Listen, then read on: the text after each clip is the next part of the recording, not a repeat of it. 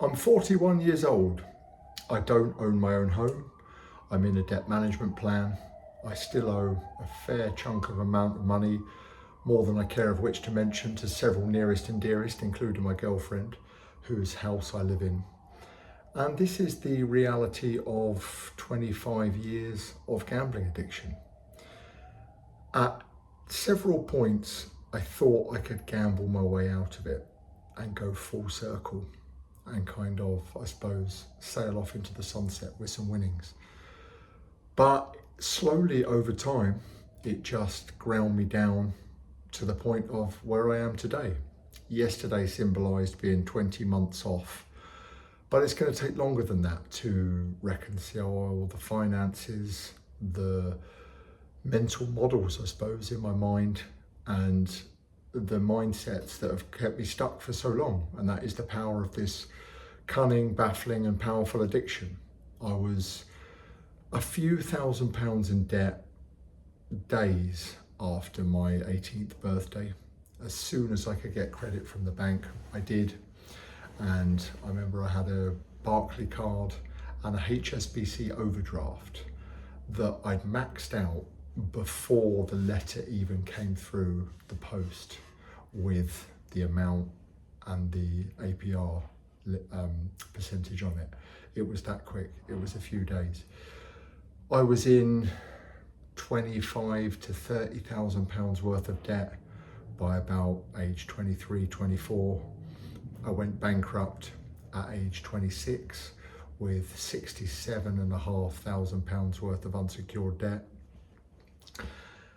And that prompted me to take some time off and, I suppose, recover from the gambling somewhat. I did my longest ever stint off of gambling, still to this day, which was about 3 3/4 years between end of February 09 and 1st of January 2013. But I went back to it. That led to more loans, accumulating more debt, payday loans and shorter term loans with really obnoxious APR, this kind of point. And I've always owed money to people that have been in my life, ex-girlfriends, family members. I've just always been playing catch up with finances, which is an inevitable part of being a compulsive gambler. And I'm almost depressing myself thinking about it, but it's the reality of it. It's the reality of how the addiction keeps you stuck, keeps you thinking that there is light at the end of the tunnel. And in the throes of the addiction, I knew that it wouldn't end well. I knew that I was slowly destroying myself, if I was brutally honest. But just like I had blinkers on, I didn't want to go there. I didn't want to go there in my mind and actually think about it. Gambling was escaping me from other things, with like emotions and that I didn't really want to face anyway. So I certainly didn't want to face the new age problems of the finances that were kind of getting worse by the day. And that's the problem, because it's death by 1,000 cuts. You know, the analogy I like, I've used in these videos before, it's a bit like the frog in the boiling water. You don't realise what you're doing to yourself. If you realise that the trajectory was heading that way, if you'd have told me I'd be here at age 18, 20, I'd probably found a way to never touch it again. But because it's so dialed up over time with so kind of micro movements, you just don't really realise what's happening. You don't really realise what's happening until it's too late. And there's always that idea of the one big win, the gambler's delusional headspace of, you know, logically I can fix this. Yes, I don't like this situation. My luck is due to change. It's been bad for a long time. You know, I don't want to quit before my big win. I've been unlucky for 5 bets in a row now. I'm definitely not going to be unlucky the next one, law of averages, that kind of thing. And then the mindset just gets blurred into just like a numbness, and the goalposts just constantly move. There was times where I was right and I did win that 6th bet after losing 5 and win a big chunk of cash, and I could have done X with it or Y with it, or paid off this or paid off that person to relieve that stress, but I never did, because then it was like, okay, I've got my new kitty, let's roll this forward. Let's see if we can double this or treble this, make a bigger dent in the situation. If I could just double up on a few big bets here, I could potentially complete the whole game and be in some sort of lifetime profit, which is, pardon the pun, but significantly odds against. But there is kind of that logical part of the brain that believes it, and certainly the addicted mind that's talking to you in your own voice with your own set of circumstances is very, very compelling and very, very powerful to listen to.